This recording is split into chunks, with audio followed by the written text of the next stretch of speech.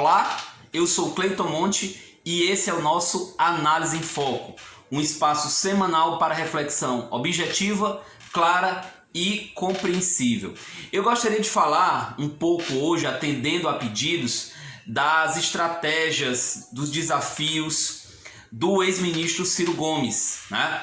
Nós sabemos que desde o final da campanha de 2018, em que ficou em terceiro lugar, o Ciro Gomes praticamente tem um discurso, uma ação, uma articulação já de candidato ou pré-candidato, como diz a legislação. Ele intensificou as suas inserções nas redes sociais, passou a aprofundar sua relação com nomes importantes da academia, da universidade, do setor produtivo, né? Teve recentemente o reforço do marqueteiro João Santana.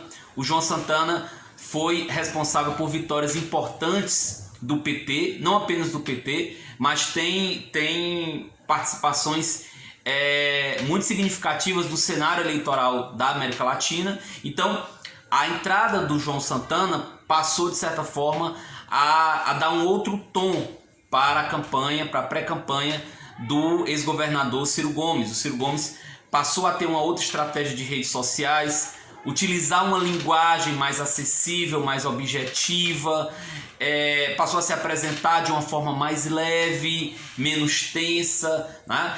E, claro, busca se apresentar, e o próprio PDT usa essa estratégia, busca se apresentar como uma terceira via diante do embate entre o presidente Bolsonaro e o ex-presidente Lula. Se a gente for pegar as pesquisas de opinião, né, que claro, são retratos do momento, tendo em vista a distância que a gente está do pleito de 2022, as pesquisas de opinião, elas retratam um cenário ali de disputa entre o ex-presidente Lula e o presidente Bolsonaro, e muito distante deles você tem um pilotão intermediário formado pelo Ciro, pelo Dória, pelo Mandetta, esses que buscam se colocar como terceira via. Algumas pesquisas que saíram recentemente já apontam até a possibilidade de uma vitória do ex-presidente Lula no primeiro turno, tendo em vista a queda na popularidade, na avaliação do governo Bolsonaro. Aí é que entra a estratégia do Ciro. Qual é a estratégia do Ciro? A meu ver, a estratégia do Ciro é apostar no desgaste sustentável do presidente Bolsonaro. Ele acredita que até o final do ano Bolsonaro vai cair ainda mais, e isso vai se repetir em 2022. Então, a queda acentuada do presidente Bolsonaro colocaria um cenário, como o próprio Ciro disse recentemente em entrevista, colocaria um cenário de embate entre ele, Ciro Gomes, e o ex-presidente Lula. Então esse seria um cenário de segundo turno, né? Eis a grande dificuldade. Por que a grande dificuldade? Porque você tem uma parte do eleitorado que acompanha, que segue o presidente Bolsonaro, que é muito resiliente a uma série de denúncias, a críticas, a má avaliação de governo, a avaliação da economia, e está ali naquele percentual de 20, 22% do eleitorado. É a grande dificuldade. Será possível reduzir esse percentual? Será possível jogar o presidente Bolsonaro para 14 a 15% do eleitorado? Se isso acontecer, se esse percentual do presidente Bolsonaro reduzir, se o presidente Lula estagnar, se ele não conseguir crescer mais, se ele tiver chegado no seu teto, e claro, se o Ciro conseguir avançar nas próximas pesquisas, há uma possibilidade sim dele estar no segundo turno. Veja bem, a questão não é somente o presidente Bolsonaro cair nas pesquisas.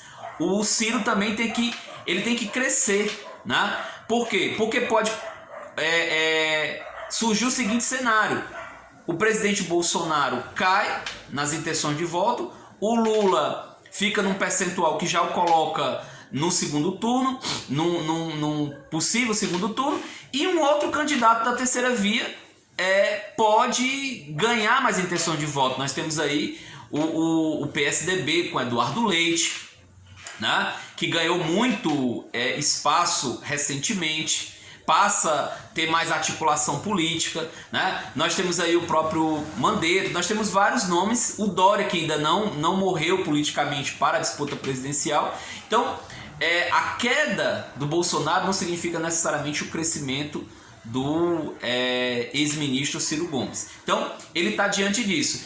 E aí, como é que ele vai se mover? Ele vai se mover atacando diretamente essas duas figuras, o presidente Bolsonaro e o ex-presidente Lula. Em todas as entrevistas dele, ele vai, de certa forma, apontando a sua capacidade retórica, a sua metralhadora retórica para um dos dois. Em alguns momentos ele intensifica com Bolsonaro, em outros momentos ele intensifica com Lula.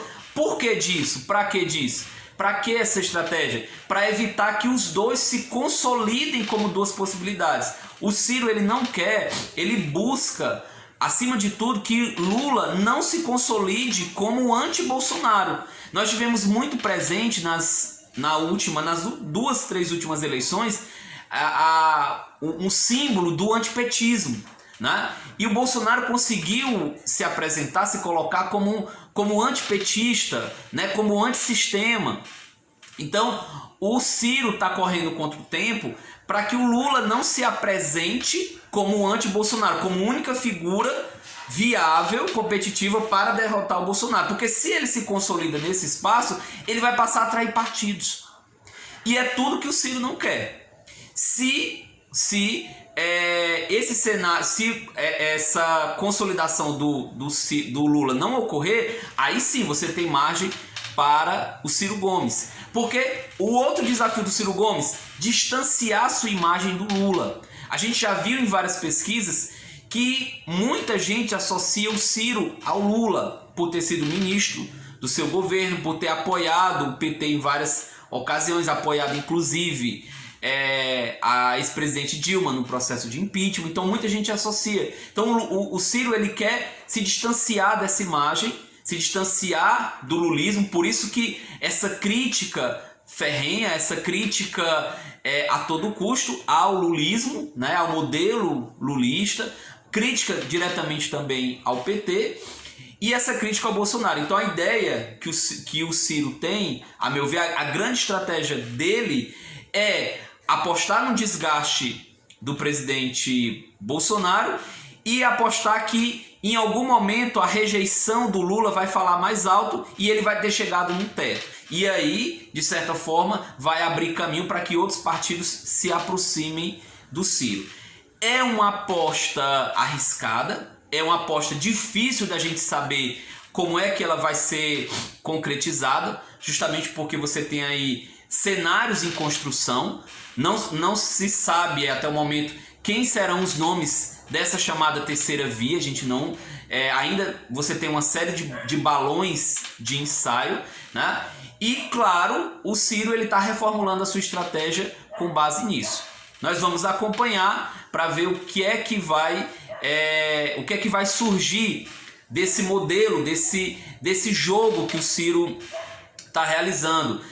Se aproximando da centro-direita, de partidos da centro-direita, buscando formar uma frente democrática, como ele mesmo disse, uma frente anti-Bolsonaro e uma frente baseada nesse programa de governo. Já inclusive até escrevi anteriormente que o plano, esse projeto de desenvolvimento do Ciro tem uma pegada, tem uma conotação fortemente de centro-esquerda, de maior participação do Estado na economia, uma visão desenvolvimentista. Até que ponto os partidos de direita e de centro-direita vão conseguir dialogar com isso? Esse também é um grande desafio do ex-ministro, ex-governador Ciro Gomes. Mas certamente Ciro vai ser uma peça importantíssima para a gente entender o cenário, as estratégias para 2022. Ok? Grande abraço e até a próxima semana.